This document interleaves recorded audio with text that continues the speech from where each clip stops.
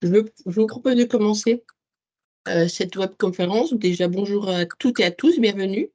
Je me présente, je m'appelle Valérie Pasquet, je suis associée payée sociale chez PKF Arcilon. Je suis ravie de vous présenter les nouveautés sociales pour 2024. Cependant, je vais commencer par vous présenter notre structure qui est la PKF Arcilon pour ceux qui ne connaissent pas. PKF Arcilon en France, un cabinet conseil que nous vous accompagnons dans votre structuration, votre développement, votre transformation. Notre domaine d'expertise sont vastes puisque nous allons de l'expertise comptable en passant par la gestion de la performance, la stratégie patrimoniale, le commissariat aux comptes et bien entendu l'expertise qui nous réunit aujourd'hui, la paye et la gestion sociale. PKF Arcilon en quelques chiffres, c'est 930 collaborateurs, dont une petite centaine de collaborateurs travaillant dans le domaine de la paie et du social, 70 associés. Nous sommes implantés sur tout le territoire français avec 30 bureaux et nous dégageons un chiffre d'affaires de 93 millions d'euros. Nous sommes les représentants français du réseau PKF International, qui lui est implanté dans 150 pays avec 500 bureaux, 20 000 professionnels et un chiffre d'affaires d'environ 1,9 milliard de dollars. Aujourd'hui, je serai accompagnée pour cette présentation d'Aurélie Firment-Lavilla, de Nedjema Enaoui, qui sont deux de nos juristes en droit du travail, ainsi que Yena Messadoui, qui lui est spécialiste SIRH, qui vous parlera des outils SIRH. D'un point de vue technique, nous vous proposerons de poser vos questions dans le chat au fil de la présentation, afin que nous puissions y répondre. Je vous précise que le support vous sera mis à disposition à l'issue de la présentation et vous trouverez le replay de cette présentation sur YouTube. Entrons dans le vif du sujet et parlons du sommaire. Donc le sommaire, nous vous proposons de faire un point sur l'actualité législative et réglementaire. Nous reviendrons bien entendu sur les jurisprudences de la Cour de cassation en matière de congés payés afin de savoir où nous en sommes aujourd'hui. Nous vous parlerons de la présomption de démission qui est un sujet qui existe déjà, mais nous avons quelques modifications récentes. Un petit focus sur les véhicules mis à disposition aux salariés par l'employeur. Et nous avons aussi une actualité jurisprudentielle et bien sûr les traditionnels chiffres de 2024. Nous avons souhaité que cette présentation se termine par les outils de gestion du personnel qui, nous le verrons, peuvent vous aider dans la gestion du personnel au quotidien. Voilà, en ce qui concerne le sommaire, je vous propose de commencer et d'entrer dans le vif du sujet concernant l'actualité législative et réglementaire. Nous allons parler, alors il ne s'agit pas d'une nouveauté, hein, il s'agit d'une prolongation des aides contrats d'alternance sur l'année 2024. Je ne sais pas si vous vous souvenez, mais tout contrat, toute signature de contrat de professionnalisation ou d'apprentissage engendrait une aide de 6 000 € maximum pour la signature de ces contrats. Eh bien, à savoir que ces contrats et cette aide surtout a été prolongée pour 2024 et tout contrat conclu entre le 1er janvier et le 31 décembre 2024 donne droit à une aide de 6 000 €. Si nous parlons du contrat d'apprentissage, eh bien, l'aide est accordée pour tous les apprentis préparant un diplôme allant du CAP au master. Aucune notion d'âge pour obtenir cette aide. Concernant les contrats de professionnalisation, nous avons l'introduction d'une notion d'âge, à savoir que l'alternant doit avoir moins de 30 ans à la date de signature du contrat. L'aide est accordée à toutes les entreprises de moins de 250 salariés. Concernant les structures de plus de 250, nous rencontrons une condition de seuil d'alternant pour bénéficier des 6 000 € d'aide. Mais ça, c'était déjà une condition qui existait auparavant. Je vais passer la parole à Nedjema qui va vous parler des exonérations de frais de trajet domicile lieu de travail. Bonjour à toutes et à tous. Donc effectivement, on va parler de la prolongation pour l'année 2024, des exonérations qu'on a connues pour le frais de trajet domicile, lieu de travail.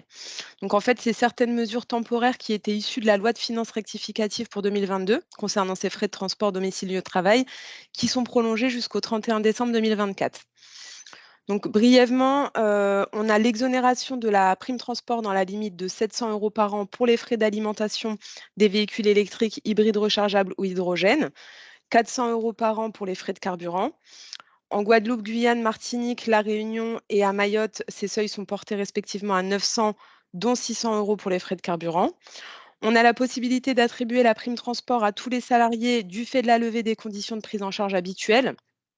On y reviendra après, mais les conditions, restrictives, du type avoir une résidence ou un lieu de travail qui n'est pas desservi ou mal desservi par les transports en commun ou avoir des horaires qui ne permettent pas d'emprunter les modes de transport collectifs, ces conditions sont toujours levées sur 2024.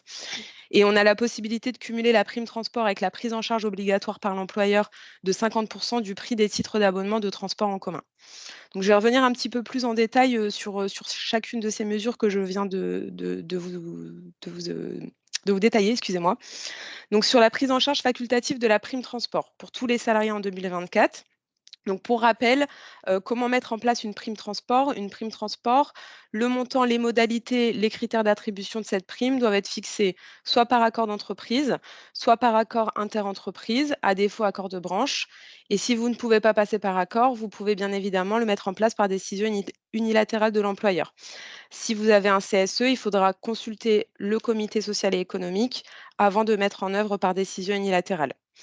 Donc comme je vous disais, l'assouplissement qu'on a connu pour 2022 et 2023 existera toujours pour 2024. Donc aujourd'hui, cette prime transport, qui est facultative, si vous décidez de la mettre en place, elle peut bénéficier à tous les salariés sans avoir à justifier de contraintes particulières, comme j'ai pu vous dire avant, par exemple une résidence habituelle ou un lieu de travail qui est situé dans une commune mal desservie et des horaires décalés ou autres.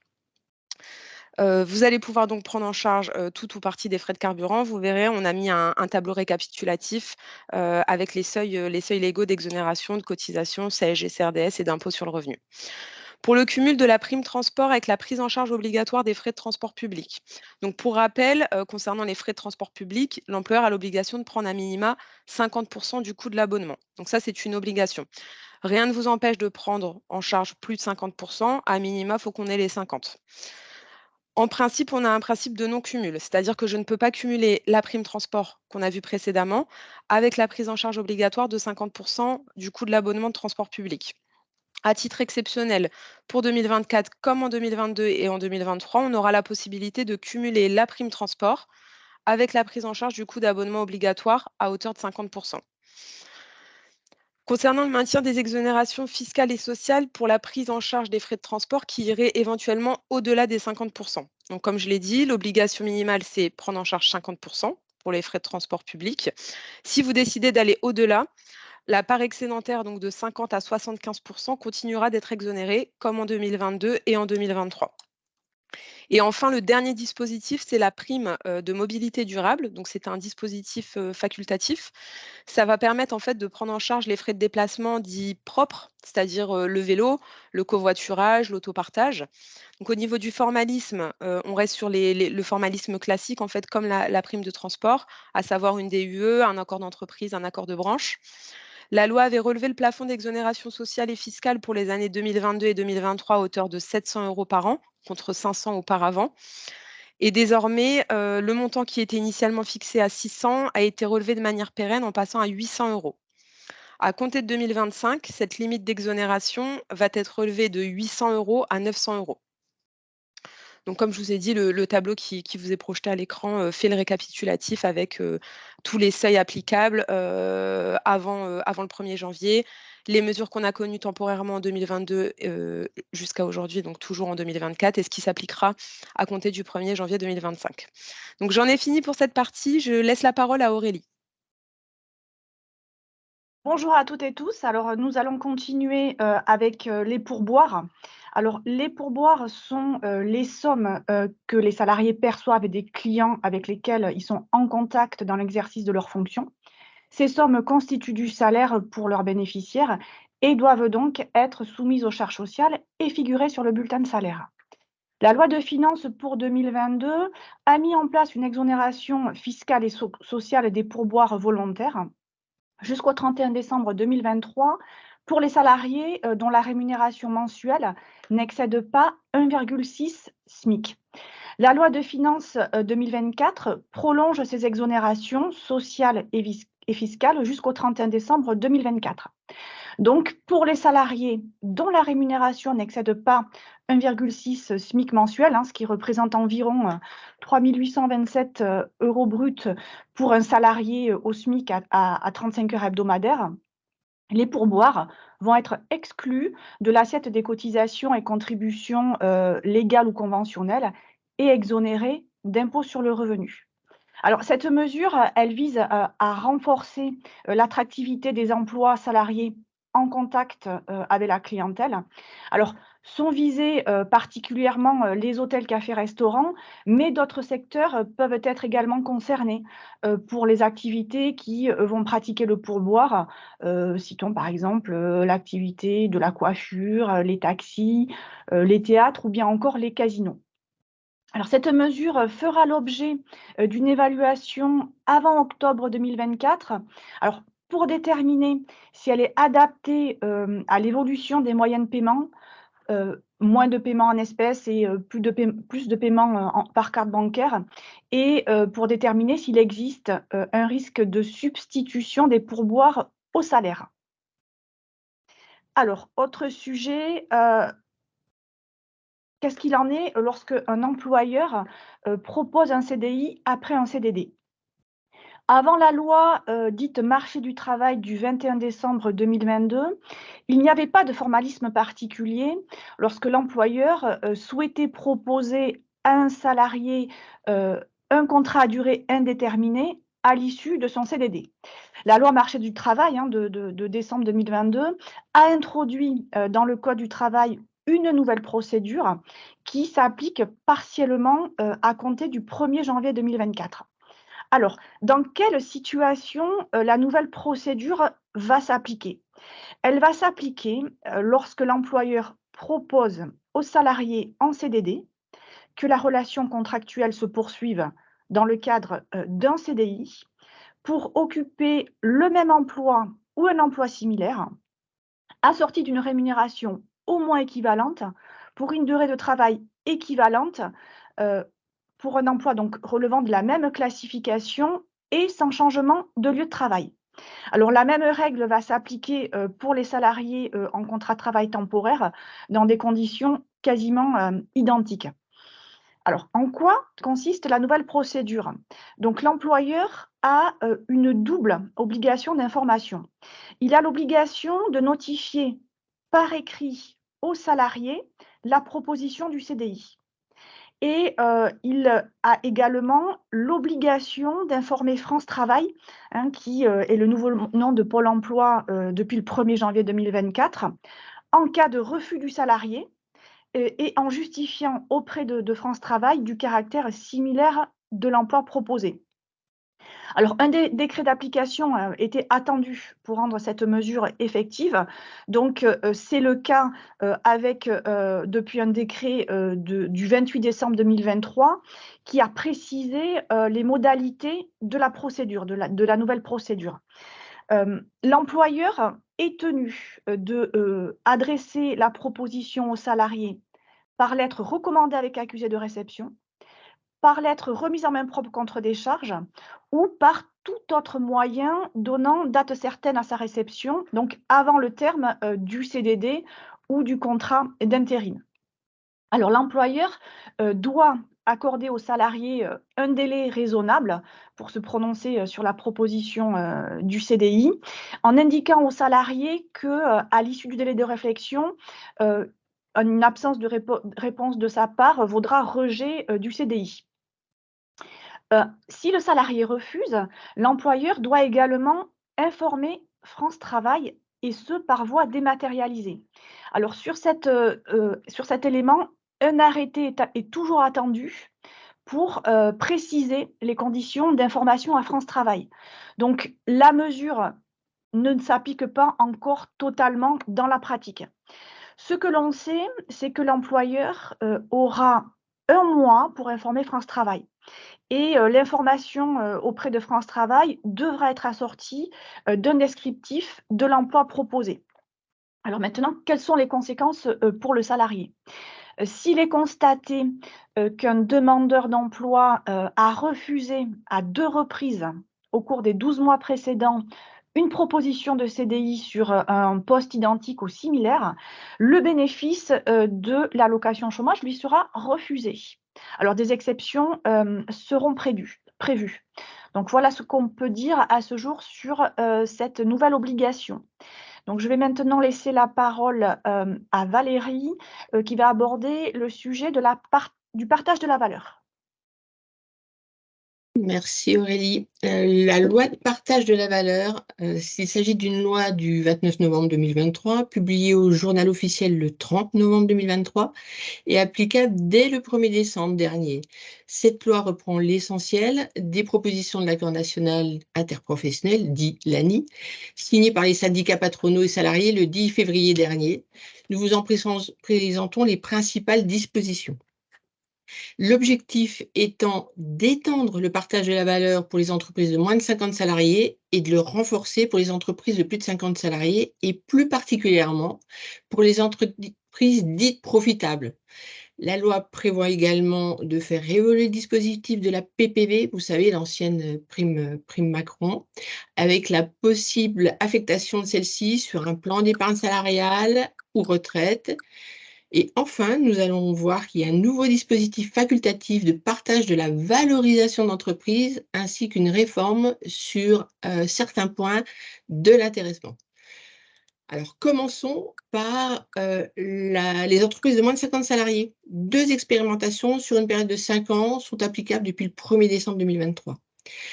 Expérience numéro 1, un dispositif de partage de la valeur obligatoire. Les entreprises de 11 à moins de 50 salariés non soumis par la loi à l'obligation de mettre en place la participation, qui auront réalisé un bénéfice net fiscal au moins égal à 1% du chiffre d'affaires pendant 3 exercices consécutifs, seront tenus d'instituer un dispositif de partage de la valeur au cours de l'exercice suivant. Alors, pour ce faire, elles auront plusieurs possibilités.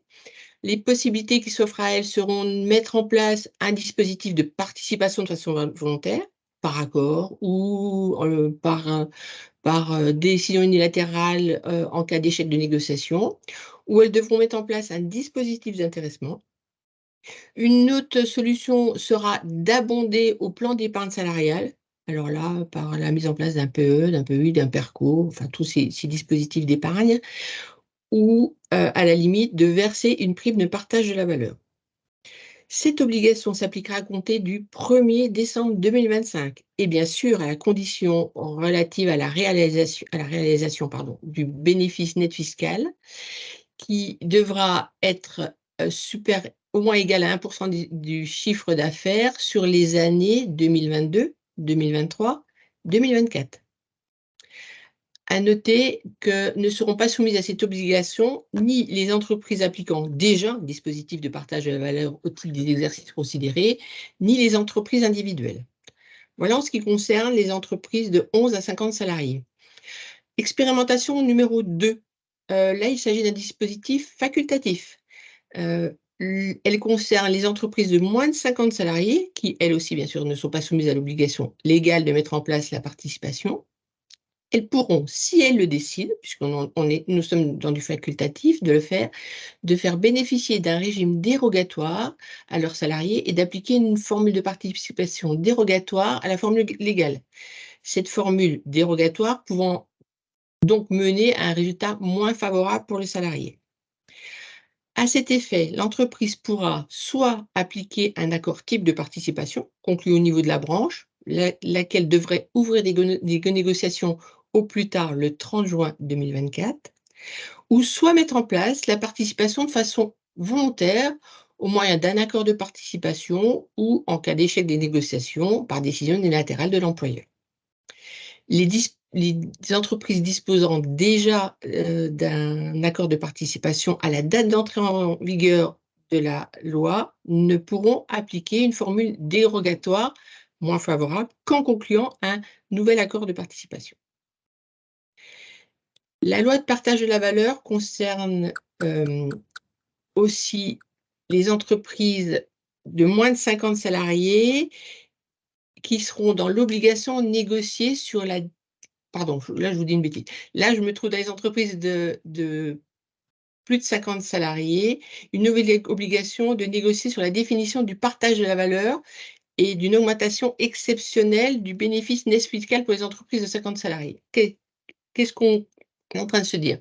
On est en train de se dire que dans les entreprises, on aura l'obligation de négocier sur la définition et le partage d'une augmentation exceptionnelle du bénéfice net fiscal. Si l'entreprise est dotée d'au moins un délégué syndical et est soumise à l'obligation d'un accord de participation, alors l'ouverture de la négociation portera sur l'augmentation exceptionnelle du bénéfice net fiscal. Lorsqu'elles ouvriront des négociations portant sur l'intéressement et la participation, les négociations devront aussi porter sur l'insertion d'une clause spécifique dont l'objet est de définir l'augmentation exceptionnelle du bénéfice net fiscal et surtout de fixer les modalités de partage de la valeur en découlant. Quels sont les critères qui pourront définir l'augmentation exceptionnelle du bénéfice? La taille de l'entreprise, le secteur d'activité, les bénéfices réalisés lors des années précédentes ou les événements exceptionnels externes à l'entreprise intervenus avant la réalisation du bénéfice seront des critères. Donc, les entreprises qui ont 29 novembre 2023 sont déjà couvertes par un accord d'intéressement ou de participation devront engager des négociations d'ici le 30 juin 2024 pour définir qu'est-ce qu'une augmentation exceptionnelle du bénéfice net fiscal, ainsi que les modalités de partage. Attention, attention en ce qui concerne la définition du bénéfice net fiscal qui ne relèvera pas que du seul pouvoir de l'employeur. Elle sera établie dans le cadre d'un dialogue social avec les délégués syndicaux. Une fois qu'on aura défini cette définition de l'augmentation du bénéfice net fiscal et des modalités de partage de ce bénéfice, quelle est la nature des engagements en cas d'augmentation exceptionnelle du bénéfice net fiscal? Eh bien, il existe plusieurs possibilités. Vous pouvez prévoir le versement direct d'un supplément de participation ou d'intéressement. Vous pouvez prévoir l'ouverture de nouvelles négociations ayant pour objet de mettre en place un dispositif de participation ou d'intéressement s'il n'en existe pas. Vous pourrez prévoir aussi une prime de partage de la valeur ou un abondement sur un plan d'épargne PE, PEI, PERCO. On retrouve à peu près les mêmes dispositifs que nous avons vus tout à l'heure pour les autres structures. Voilà en ce qui concerne les primes, la loi de partage de la valeur. Je vais donner la parole à Nedjema qui va vous parler de la PPV. Merci Valérie. Donc, je vais effectivement vous parler de la prime de partage de la valeur. Donc, je vais d'abord revenir sur le dispositif actuel, la manière dont la prime de partage de la valeur peut être mise en place, les bénéficiaires, les critères de modulation. Et ensuite, une fois qu'on aura fait ces petits rappels, je vous parlerai des apports de la loi partage de la valeur au 1er décembre 2023. Donc, sur le dispositif actuel, c'est un dispositif qui est facultatif. L'employeur n'est pas contraint de le mettre en place. Et si vous la mettez en place pour une année, vous n'êtes pas obligé de la verser l'année suivante. Ça peut être à durée déterminée pour une année civile sans être reconduit l'année suivante.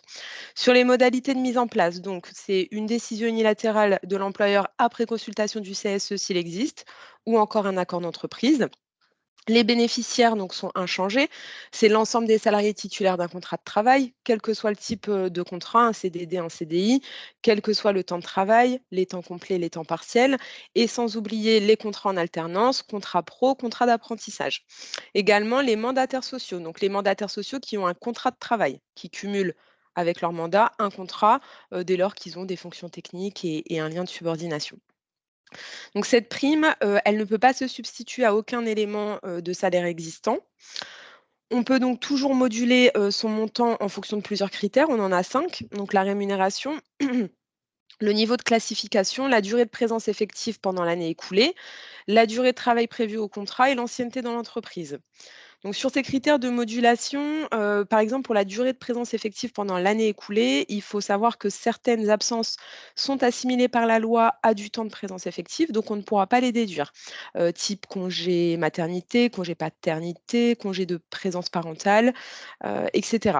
Et donc sur le critère de l'ancienneté, attention, pour ce critère-là, le bulletin officiel de la sécurité sociale a apporté des précisions. Donc, si on utilise ce critère d'ancienneté pour moduler le montant de la prime, cela ne doit pas conduire à des montants disproportionnés. À défaut, on peut perdre le droit à exonération.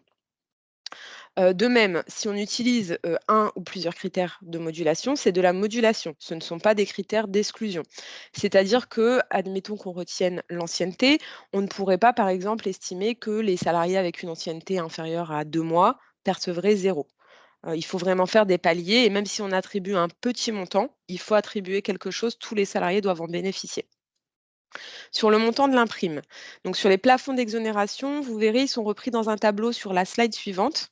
Donc 3 000 € par an et par bénéficiaire pour toutes les entreprises et 6 000 € pour les entreprises qui ont un dispositif d'intéressement ou pour les entreprises de moins de 50 salariés qui ont mis en place une participation volontaire. On a également les associations et les fondations reconnues d'utilité publique ou d'intérêt général, ainsi que les sommes versées aux travailleurs handicapés sous contrat de soutien et d'aide par le travail dans les ESAT. Alors, ces plafonds de 3 000 € et de 6 000 € pour certains cas, vous pouvez parfaitement décider de verser une prime inférieure à ces montants ou également de verser une prime supérieure à ces montants. Par contre, si vous versez une prime qui est supérieure à ces montants, forcément, la partie excédentaire aux 3 000 € ou aux 6 000 € selon votre cas sera soumise à charges sociales et à impôt sur le revenu. Donc les apports de la loi sur le partage de la valeur, on a eu plusieurs évolutions du dispositif. Désormais, on a la possibilité d'attribuer 2 primes par année civile contre une auparavant, toujours dans la limite du plafond d'exonération de 3 000 € ou de 6 000 € selon le cas, et toujours dans le nombre de versements autorisés, c'est-à-dire versement en 4 fois, avec une fois au maximum par trimestre.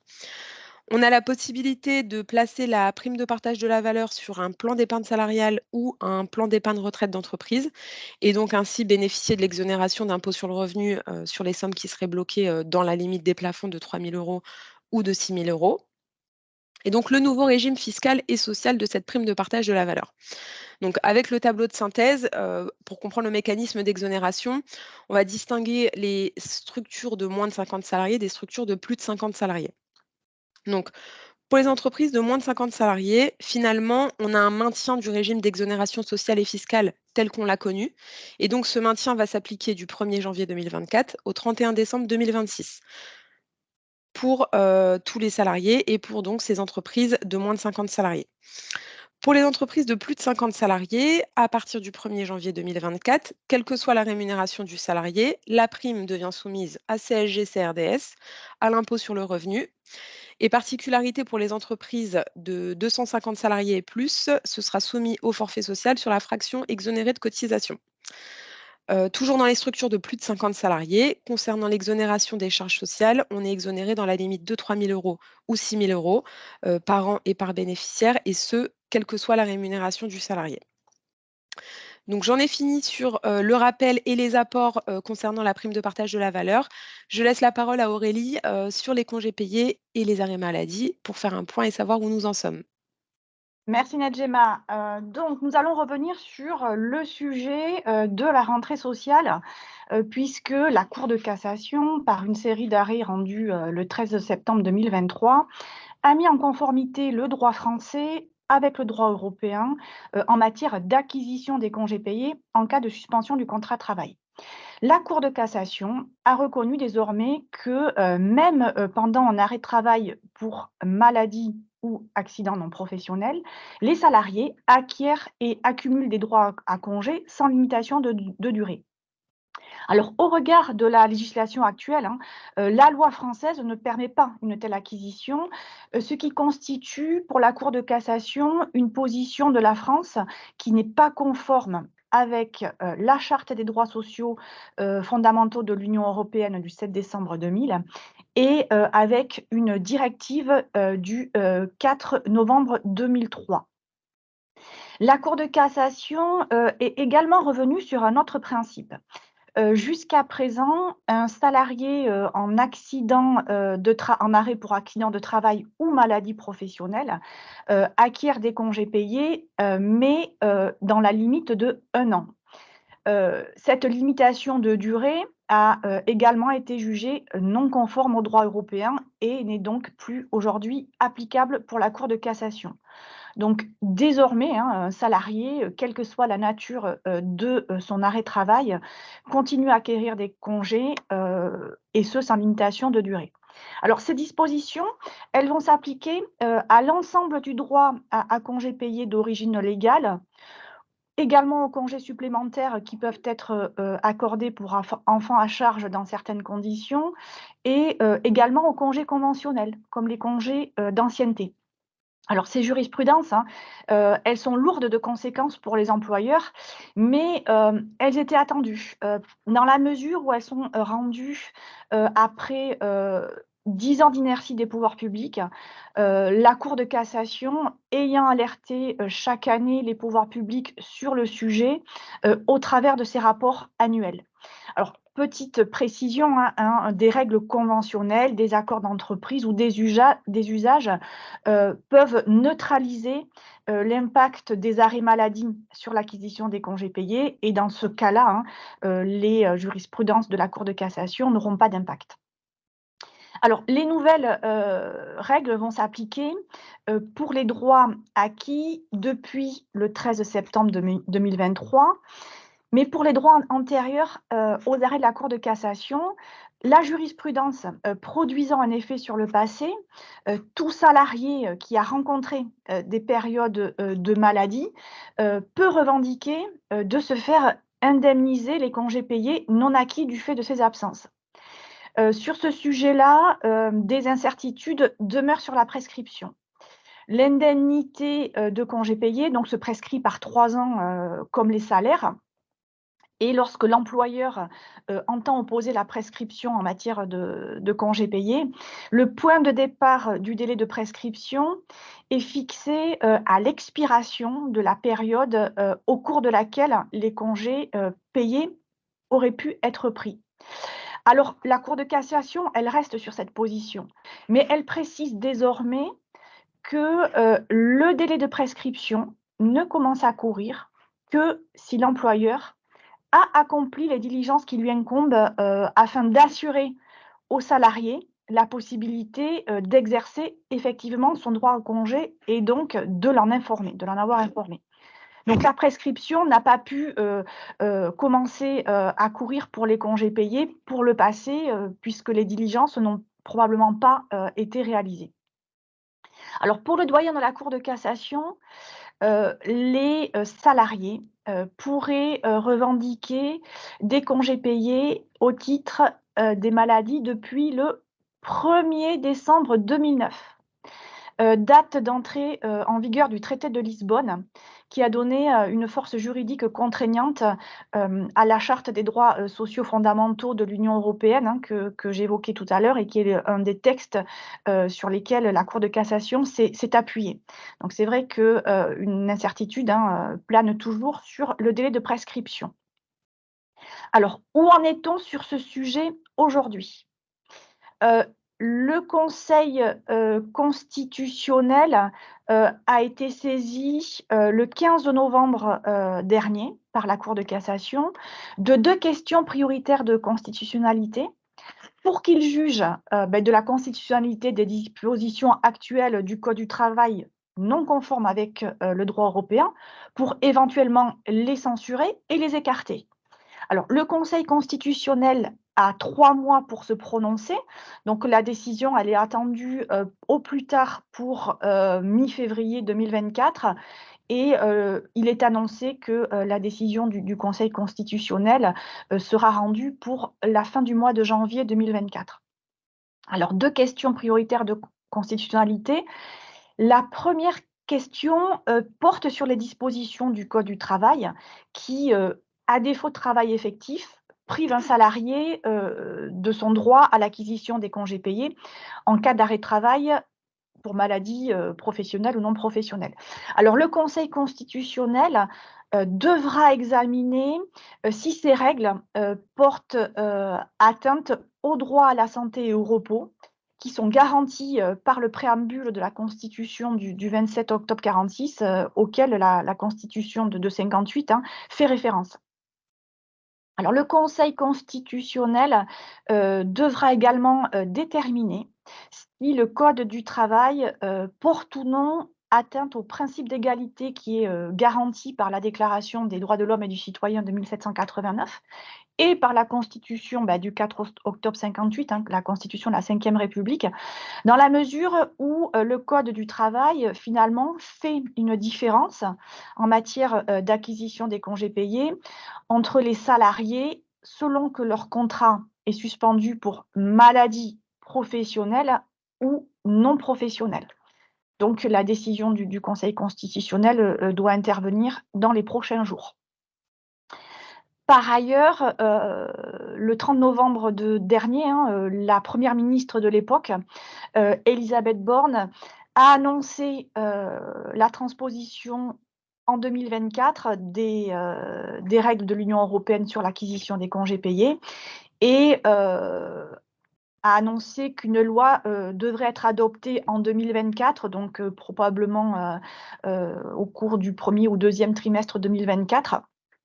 Et il a été annoncé que la volonté était de réduire au maximum l'impact de cette décision sur les entreprises. Donc voilà ce que nous pouvons dire à ce jour sur ce sujet et je lance maintenant la parole à Valérie. Merci Aurélie. Alors, en complément de ce que vient de vous dire Aurélie, aujourd'hui, nous vous préconisons bien sûr de vous mettre en conformité et de mettre en conformité votre outil paye en termes d'acquisition pour les salariés qui seraient en absence. En ce qui concerne les salariés sortis ou qui ont été en absence dernièrement ou plus lointainement, nous vous conseillons vivement de faire un audit de l'impact financier, parce que, comme le disait Aurélie, les conséquences financières peuvent être énormes pour certaines structures. Donc, le conseil qu'on peut vous apporter, c'est faites un audit pour voir quel est l'impact en cas de demande des salariés. Nous allons continuer sur la présomption de démission. Oui, nous tenions à aborder ce sujet qui existe déjà depuis un certain temps, mais qui est très peu pratiqué, et nous allons voir pourquoi. Pour rappel, la présomption de démission est applicable depuis le 19 avril 2023. L'employeur peut faire jouer cette présomption de démission pour tous les salariés en CDI en abandon de poste. Cette procédure est privative de droit pour le salarié à France Emploi. Vous vous souvenez, on avait des salariés qui abandonnaient leur poste et on leur faisait des licenciements et du coup, ils avaient droit aux indemnités France Emploi. Depuis cette loi, vous avez la possibilité en qualité d'employeur de faire une présomption de démission. La mise en œuvre de cette procédure nécessite toutefois quelques précautions.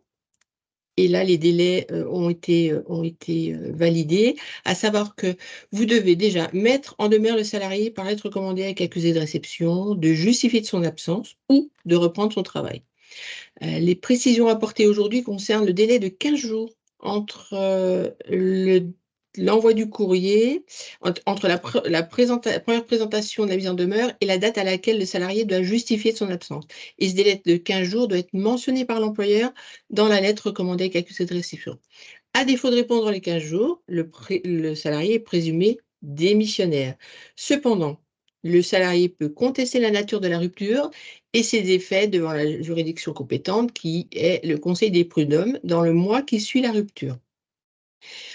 Nous vous avons mentionné sur cette présentation les motifs légitimes que peut invoquer le salarié en contestation de cette procédure. Nous retrouvons bien sûr les raisons médicales. Un salarié dans le coma aura du mal à justifier son absence. Nous avons l'exercice du droit de retrait, du droit de grève, entre autres. Pourquoi le dispositif est très peu appliqué aujourd'hui? Eh bien, il faut déjà savoir qu'il y a un recours en annulation qui a été déposé devant le Conseil d'État engendrant une incertitude juridique sur cette procédure. Et surtout, aujourd'hui, la procédure disciplinaire telle qu'elle était auparavant, à savoir le licenciement pour faute grave, est toujours possible lors d'un abandon de poste.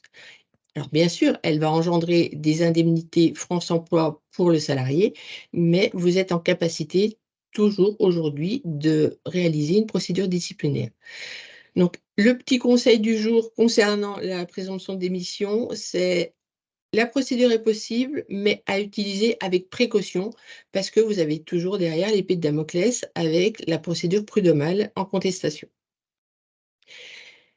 Nous allons maintenant aborder le sujet des véhicules mis à disposition par l'employeur. Alors là, c'est un sujet, oui, qui est hélas récurrent lors des contrôles URSSAF, puisque les entreprises n'ont pas forcément toujours les tenants et les aboutissants sur ce sujet. Pour rappel, la mise à disposition d'un véhicule à un salarié pour réaliser des trajets privés, c'est-à-dire domicile, lieu de travail, et des trajets pendant les week-ends ou pendant les vacances, constitue un avantage en nature qui doit être évalué et présent sur le bulletin de salaire afin d'être soumis à cotisation sociale et impôt sur le revenu. Contrairement à un véhicule de service qui, lui, est utilisé par les salariés pour des déplacements professionnels et laissé sur le parking de l'entreprise chaque soir. Le véhicule de service n'engendre pas d'avantage en nature, contrairement au véhicule de fonction. Comment évaluer l'avantage en nature véhicule? Nous avons plusieurs méthodes. La méthode dite du réel. Il s'agit des dépenses réellement engagées dans le cadre de l'utilisation de ce véhicule, ou la méthode dite du forfait annuel avec l'application d'un pourcentage variant suivant bien l'âge du véhicule, suivant si c'est un véhicule en location ou en acquisition, suivant l'âge du véhicule et suivant la prise en charge ou non du carburant par l'employeur. Attention, les dirigeants qui ne sont pas qui ne se versent pas de rémunération, mais qui bénéficient d'un véhicule de fonction, doivent avoir un avantage en nature. Le sujet qui émerge aujourd'hui concerne les véhicules 100% électriques. Il existe plusieurs règles, des règles spécifiques de calcul de l'avantage en nature sur les véhicules 100% électriques, à savoir que il y a toujours calcul d'un avantage en nature. Cependant, il existe un abattement de 50% par rapport à l'avantage en nature classique, avec un plafonnement à hauteur de 1 800 € pour l'avantage en nature pour les véhicules 100% électriques.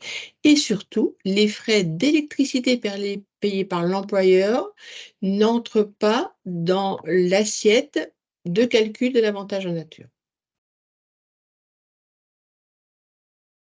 Toujours une autre spécificité concernant, qui dit véhicule 100% électrique, dit borne de recharge. Que se passe-t-il avec les bornes de recharge? Donc, les bornes de recharge, il y a plusieurs possibilités concernant ces bornes. Vous avez, premièrement, la borne de recharge qui se trouve sur le lieu de travail. Là, les frais d'électricité pour les déplacements privés sont calculés à hauteur de 0, et ce jusqu'au 31 décembre 2024. Autre possibilité, la borne de recharge se trouve au domicile du salarié. Que se passe-t-il alors avec ses frais d'acquisition, ses frais d'installation et ses frais de recharge? Alors là, deux solutions. Soit la borne de recharge est restituée à la fin du contrat de travail du salarié. Le salarié démissionne, vous reprenez votre borne de recharge, et bien là, l'avantage en nature, les frais d'acquisition d'utilisation ne sont pas inclus dans l'avantage en nature. Si, au contraire, le salarié démissionne et il conserve sa borne de recharge chez lui, la prise en charge est exclue des cotisations de sécurité sociale dans la limite de 50% des dépenses réellement engagées si le salarié avait dû faire les dépenses lui-même, avec une limite de 1 025 €. Si la borne de recharge a plus de 5 ans, la limite est portée à 75% et à 1 537,50 €. Voilà en ce qui concerne les avantages en nature sur les véhicules 100% électriques. Nous allons passer la parole à Nedjima qui va nous parler de l'actualité jurisprudentielle. Merci Valérie. Donc effectivement, donc sur l'actualité jurisprudentielle, on va voir 2 thématiques, le droit de la preuve et ensuite l'inaptitude.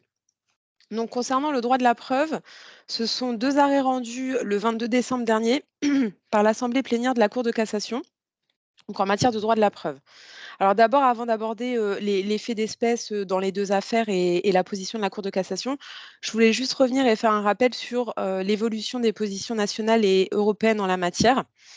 Donc en 2011, l'assemblée plénière de la Cour de cassation avait consacré le principe de loyauté de la preuve. Donc elle excluait les preuves qui étaient obtenues de manière déloyale. Depuis les années vers 2020, la Cour de cassation avait une position qui n'était pas fixe. En fait, tantôt elle appliquait le principe de loyauté de la preuve et des fois, sous l'influence notamment de la jurisprudence de la Cour européenne des droits de l'homme, elle avait pu admettre l'utilisation de preuves illicites dans certains cas, notamment quand elles étaient indispensables à la défense des droits d'une partie. Donc concernant les faits de ces 2 arrêts rendus le 22 décembre 2023, dans la première affaire, c'est un employeur qui avait utilisé un enregistrement sonore réalisé à l'insu de son salarié pour justifier un licenciement pour faute grave. Donc la Cour d'appel avait jugé que la preuve était irrecevable puisqu'elle avait été obtenue de manière déloyale. L'employeur avait donc formé un pourvoi en cassation.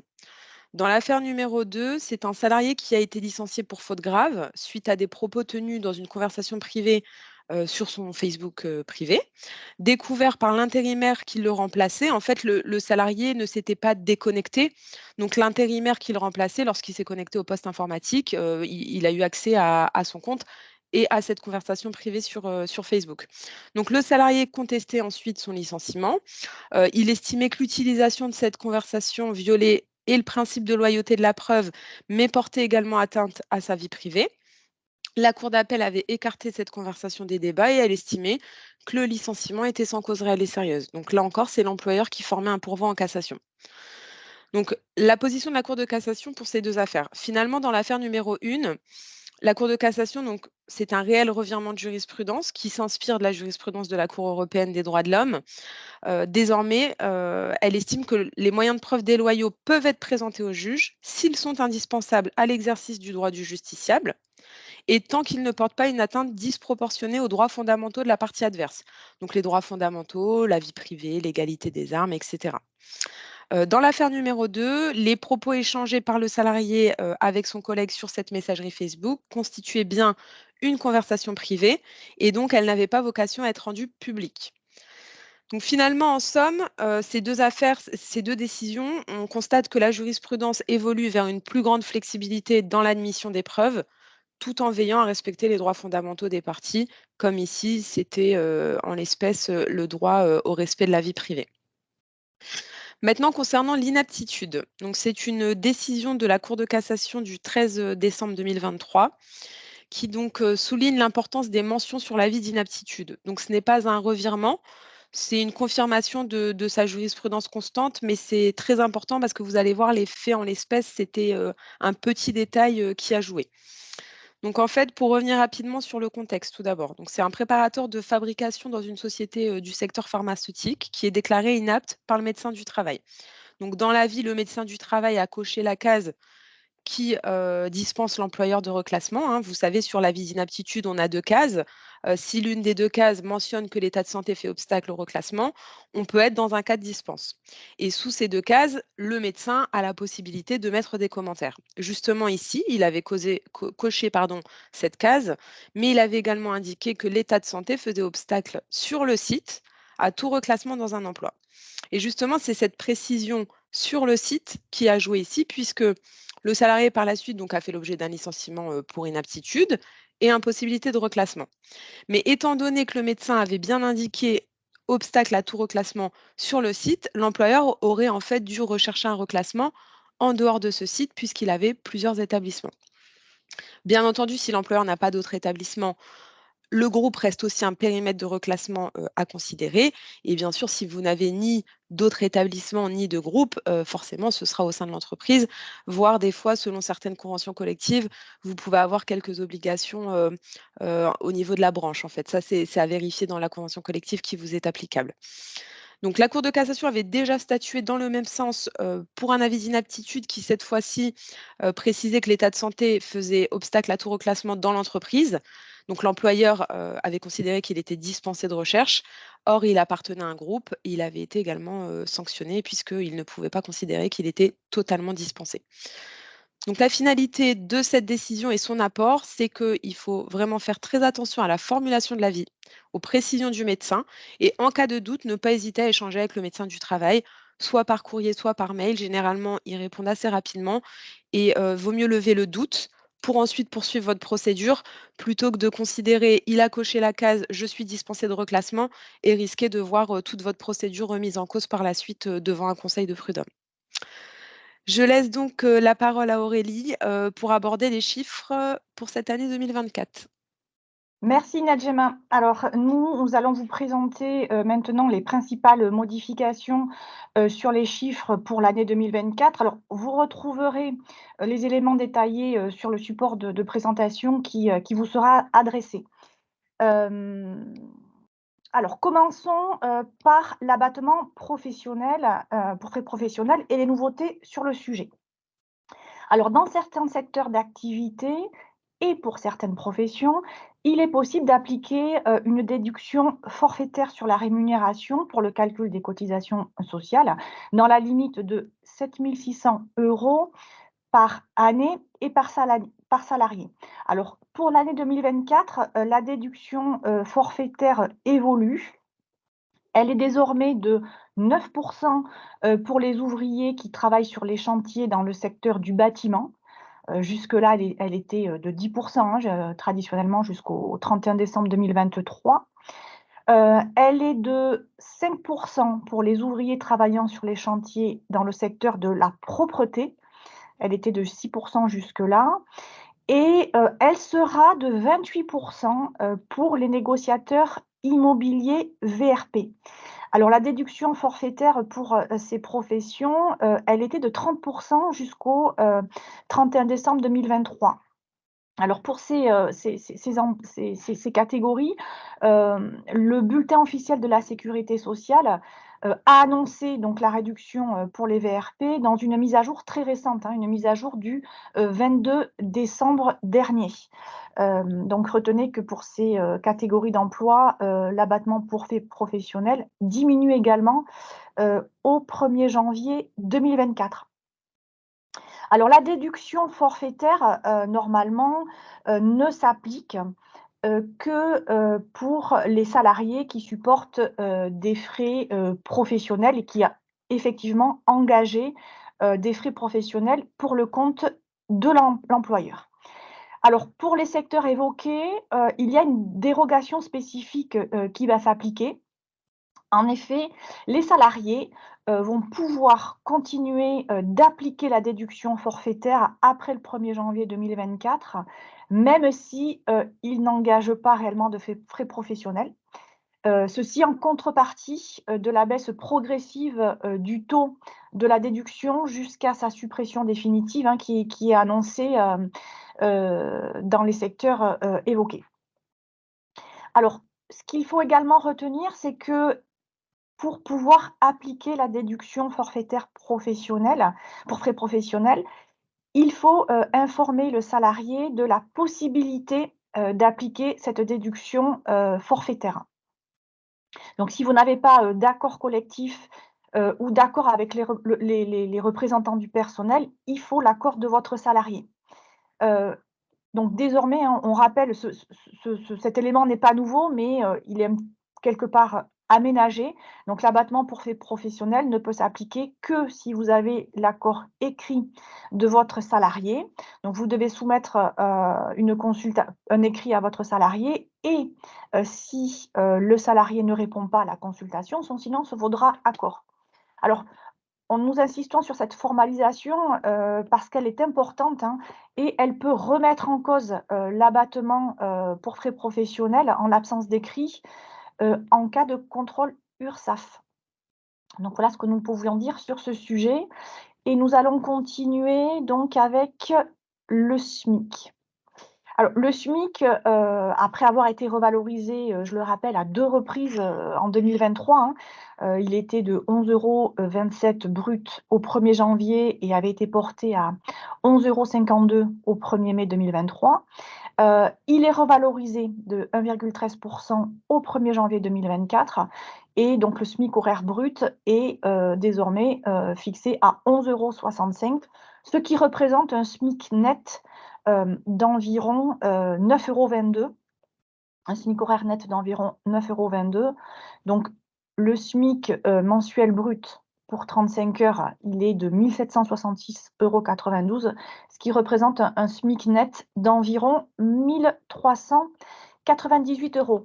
Donc l'avantage en nature, hein, lui également revalorisé et il est porté à 5,35 €. Pour le secteur des hôtels, cafés, restaurants, le minimum garanti évolue et est porté à 4,15 €.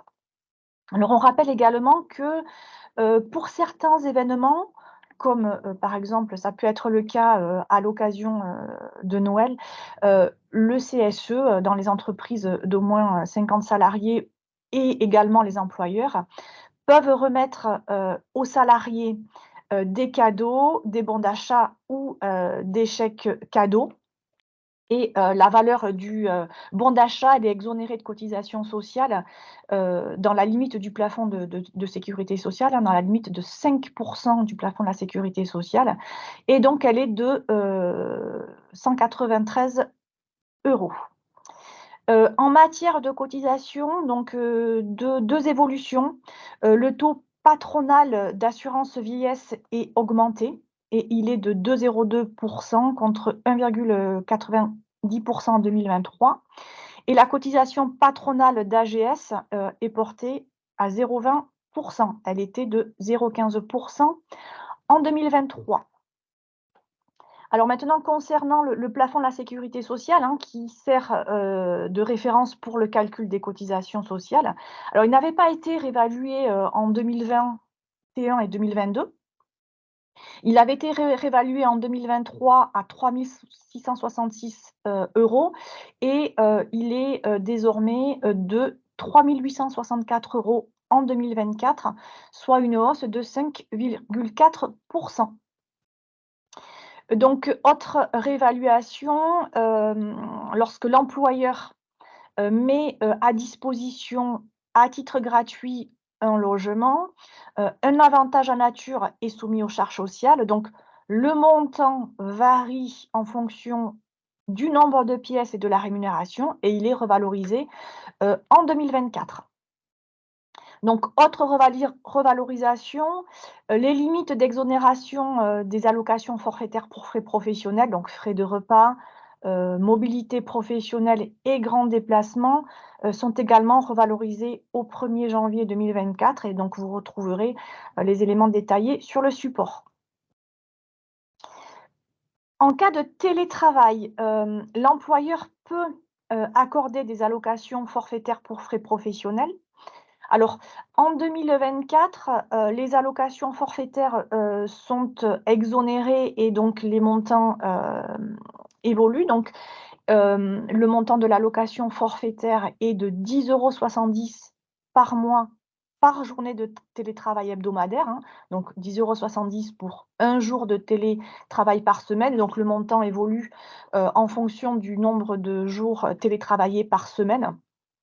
Et donc, il est aussi possible de fixer donc une valeur par jour ou par mois. Alors, une petite subtilité, si l'allocation forfaitaire, elle est déterminée par la convention collective de branche, un accord professionnel interprofessionnel ou un accord de groupe, les montants des allocations forfaitaires sont légèrement supérieurs. Donc, retenez que les limites des allocations forfaitaires sont plus élevées que dans le cas du télétravail qui est mis en place sur décision de l'employeur, accord d'entreprise ou charte de télétravail, ce qui représente quand même la majorité des situations. Alors, autre évolution, alors si le temps de travail d'un salarié est décompté en jours, lorsque les conditions le permettent, dans le cadre d'une convention de forfait, si le salarié bénéficie d'un droit intégral à congé payé et que la période de référence du forfait jour est celle de l'année civile, le nombre de jours de repos pour l'année 2024 sera de 9 jours. Donc voilà ce qu'on pouvait dire sur les principales modifications sur les chiffres pour l'année 2024. Merci Aurélie. Merci à Nedjema aussi, excusez-moi. Nous venons de voir que la paye et le social sont des matières avec de nombreux changements, tant dans la réglementation que dans les conventions collectives. Et là, je pense plus particulièrement pour ceux d'entre vous qui appliquent la convention collective de la métallurgie avec vraiment une nouveauté au 1er janvier 2024, avec une obligation de mettre en conformité votre outil de paye. On voit l'apparition aussi de nouvelles rubriques sur les bulletins, le net social, des choses comme ça. Donc, permettez-moi d'insister sur la nécessité pour vous, chefs d'entreprise, d'avoir des connaissances, des outils et surtout des partenaires adéquats afin de faire face à ces perpétuels changements. C'est pour ça que nous tenions à vous rappeler que nous pouvons vous accompagner dans un grand nombre de domaines, que ce soit dans l'externalisation des bulletins de salaire, dans la mise à disposition de notre outil paye, ou encore dans la réalisation d'audits divers et variés. On parle d'audits sociaux. Tout à l'heure, je vous parlais d'audits sur l'impact des congés payés sur vos comptes, afin de sécuriser vos fonctions paye sociale. Et pour finir cette présentation, nous avons souhaité intégrer une partie outils, car nous avons constaté qu'un certain nombre d'entreprises qui sont soumises à des obligations telles que les index hommes-femmes, la BDSE, le serpent de mer de la BDSE, ne sont pas forcément en conformité avec la réglementation. Et là, je vais faire appel à Yéna qui va vous présenter des outils qui vont vous, j'espère, simplifier la vie, au moins vous faire gagner en productivité et sécuriser ces obligations pour que vous puissiez être en accord avec la réglementation. Donc là, je vais passer la parole à Yéna qui va vous présenter les outils qui simplifient la gestion du personnel. Merci Valérie, merci Aurélie et Nejma aussi. Bonjour à toutes et à tous. Pour mieux vous accompagner sur les obligations légales et aussi conventionnelles, éviter les sanctions et gagner en temps et aussi en productivité, nous vous proposons certains outils ACRH que nous nommons outils ACRH productivité. Commence par Philae BI. Le terme BI signifie Business Intelligence, en français informatique décisionnelle. Voici quelques obligations légales automatiquement produites par notre outil de BI. L'index de l'égalité professionnelle femmes-hommes.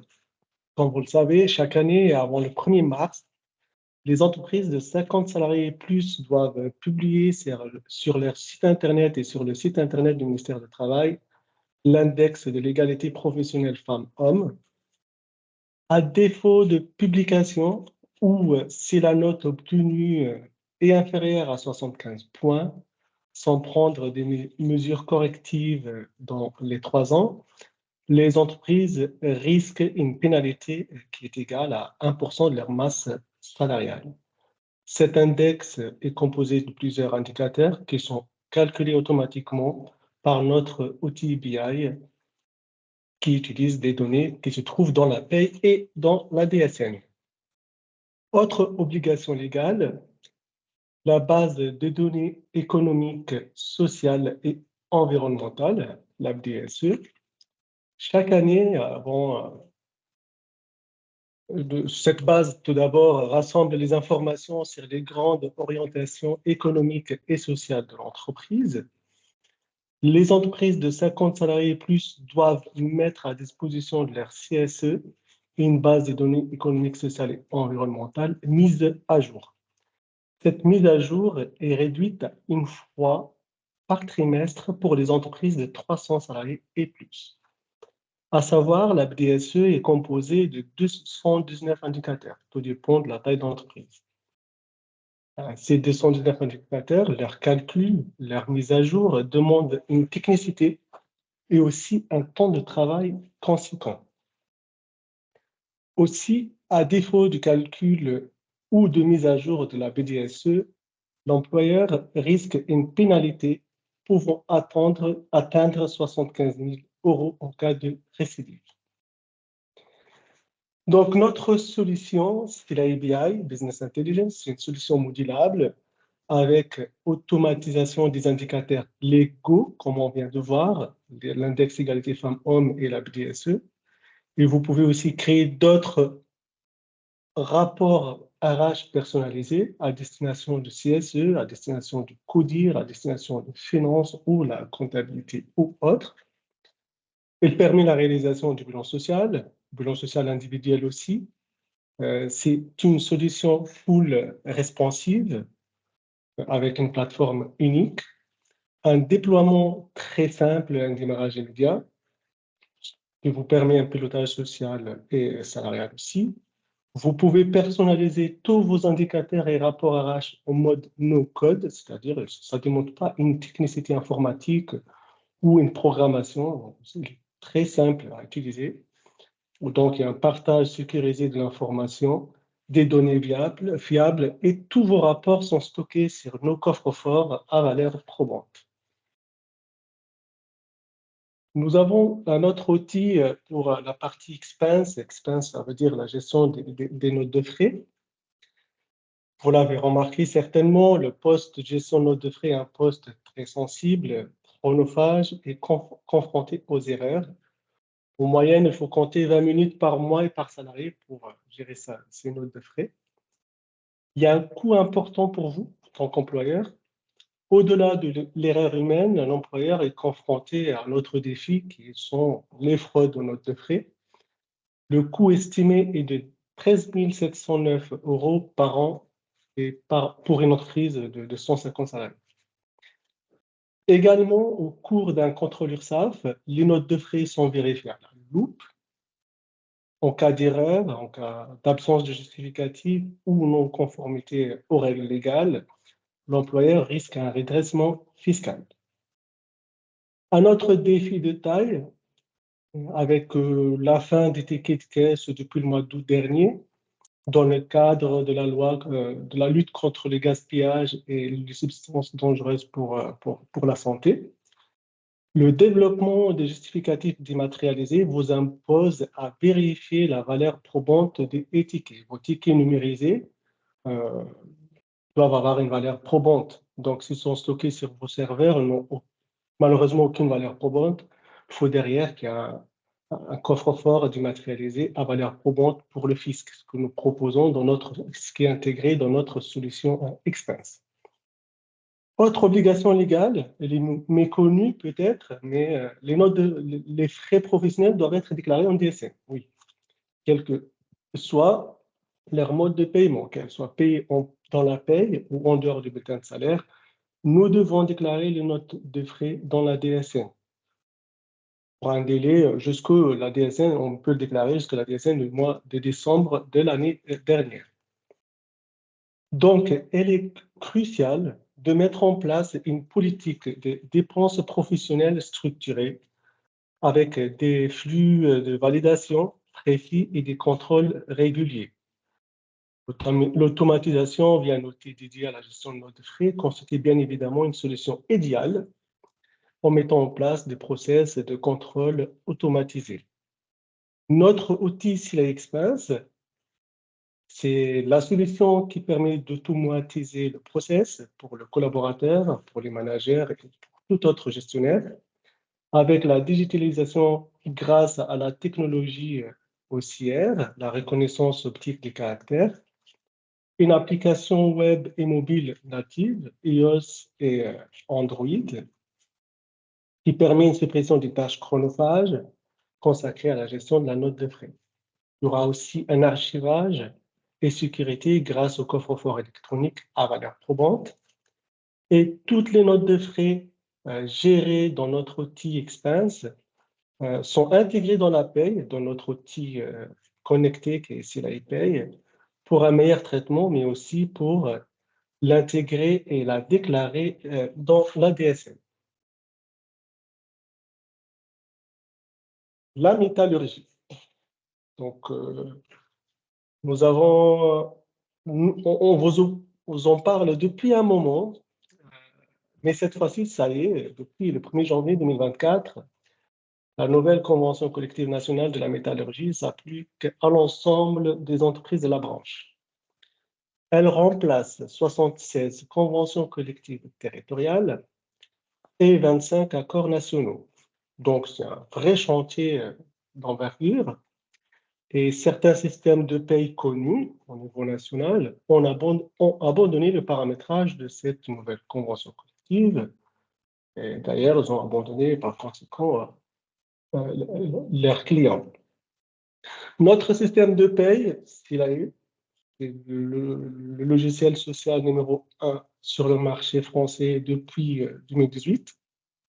Quelle que soit votre offre avec nous, en paye externalisée ou bien en paye autonome, Silae intègre depuis fin décembre toutes les évolutions de cette nouvelle convention collective nationale unique de la métallurgie, avec un assistant de migration en masse vers cette nouvelle convention collective de tous les salariés, une conversion automatique cotation, classification et inversement, gestion des dispositions conventionnelles, les classifications, la prévoyance frais de santé, les primes conventionnelles de cette nouvelle convention collective et aussi des conventions collectives territoriales qui cohabitent ensemble durant l'exercice 2024 et les organisations spécifiques du travail. Vous bénéficiez en plus de l'accompagnement et du conseil de nos équipes paye sociale et SIRH pour la mise en place de cette nouvelle convention collective nationale unique de la métallurgie. En avant-première, Save the Date. Pour en savoir plus sur notre offre SIRH, productivité, il faut noter la date, le 14 mars 2024, notre webinaire SIRH. Au menu, MySilae, un outil SIRH de gestion de salariés, des absences et des congés payés. Silae BI pour la partie informatique décisionnelle. Silae Expense pour la gestion de nos frais. Et Silae DIMAT pour la dématérialisation du bulletin de salaire et autres documents à valeur probante. Si vous avez des questions sur nos outils avant notre webinaire de mars, vous pouvez vous rapprocher de vos référents régionaux. Et nous avons une équipe SIRH référente au sein de chaque région. Je laisse maintenant la parole à Valérie pour la conclusion. Merci et au 14 mars. Merci Léna. Je pense qu'on a été un peu plus rapide que prévu, mais pourquoi pas. Là, vous trouvez les coordonnées de l'ensemble des participants de votre conférence. Pour toute question, interrogation, vous pouvez nous contacter, pas de souci. Mais je vous dis du coup rendez-vous au 14 mars pour les SIRH. Je vous souhaite une bonne journée et je pense toutes les questions ont été répondues, mais si vous avez d'autres questions, nous reviendrons personnellement vers chacun d'entre vous. Je vous rappelle qu'on vous envoie le support, que le replay est disponible sur YouTube et je vous souhaite une très belle journée. À bientôt. Merci. Au revoir.